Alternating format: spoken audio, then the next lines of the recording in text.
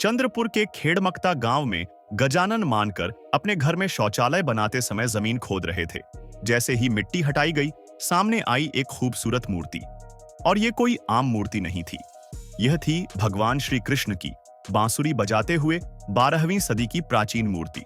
हाँ दोस्तों, सोचिए, सैकड़ों साल पुरानी, अब अचानक हमारे सामने। मूर्ति लगभग 2 फीट ऊंची है, काले पत्थर से बनी हुई और इतनी खूबसूरत कि इसे देखकर हर कोई दंग रह जाए। इतिहासकारों और पुरातत्व विशेषज्ञों के लिए यह खोज किसी खजाने से कम नहीं है। अशोक सिंह ठाकुर जैसे विशेषज्ञों का कहना है कि यह मूर्ति चालुक्य काल की है। इसका मतलब है कि यह 12वीं सदी की है। मूर्ति की बनावट, चेहरे का भाव और बांसुरी पकड़ने का तरीका साफ दिखाता है कि इसे बनाने वाले कलाकार ने अपनी कला में कितनी कुशलता दिखाई थी। दिलचस्प बात यह है कि मूर्ति दक्षिण भारतीय शैली में बनाई गई है। इसका मतलब है कि शायद इसे दक्षिण भारत से लाकर यहां रखा गया था। सवाल उठता है कि इसे यहां क्यों दफन किया गया?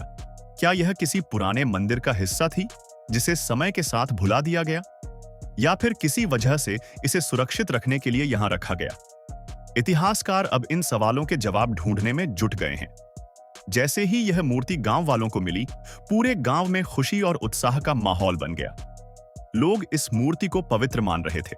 कुछ लोगों ने इसे दूध और फूलों से पूजा की और गजानन मानकर ने कहा कि वह चाहेंगे कि इस स्थान पर एक छोटा सा मंदिर बनाया जाए ताकि यह ऐतिहासिक धरोहर सुरक्षित रहे और आने वाली पीढ़ियां भी इसे देख सकें।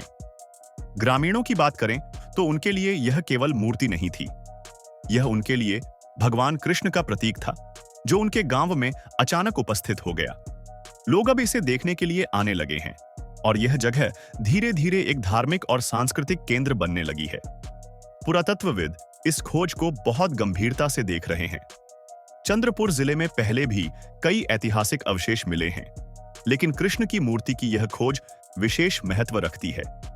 इससे संकेत मिलता है कि इस क्षेत्र में शायद कभी कृष्ण मंदिर रहा होगा, जो अब समय की मार से नष्ट हो चुका है। विशेषज्ञों का कहना है कि इस तरह की खोज हमें यह सोचने पर मजबूर करती है कि हमारे आसपास कितना इतिहास छुपा हुआ है।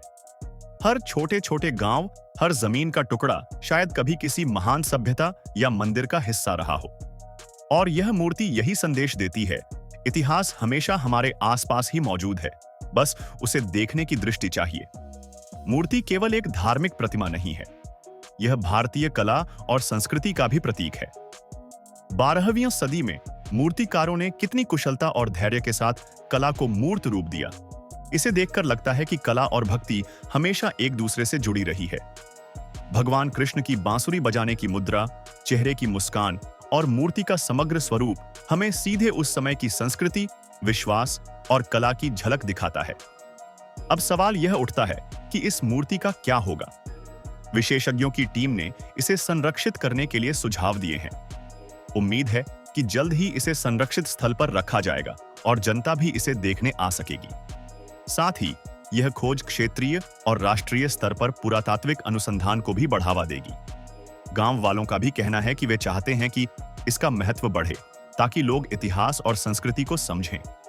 यह मूर्ति यह भी संदेश देती है कि हमारे इतिहास की खोज कहीं भी हो सकती है, बस हमारी जिज्ञासा और प्रयास चाहिए। दोस्तों, यह सिर्फ एक मूर्ति की खोज नहीं है, यह हमारे इतिहास, कला और संस्कृति की एक छोटी सी खिड़की है जो हमें हमारे पूर्वजों की महानता और श्रद्धा का एहसास कराती है। 12वीं सदी में बनी यह मूर्ति आज हमें बताती है कि भारतीय संस्कृति कितनी गहरी, समृद्ध और बहुमूल्य है। इस खोज ने साबित कर दिया कि इतिहास केवल किताबों में नहीं, बल्कि हमारे चारों तरफ मौजूद है। हर जगह, हर गांव में शायद हमारे पुरखों की कहानी छुपी हुई है और ये कहानी हमें जोड़ती है हमारे अतीत से, हमारे विश्वास से और हमारी संस्कृति से। तो दोस्तों, अगर आपको यह खबर और यह कहानी रोचक लगी हो तो हमारे चैनल को सब्सक्राइब करना न भूलें।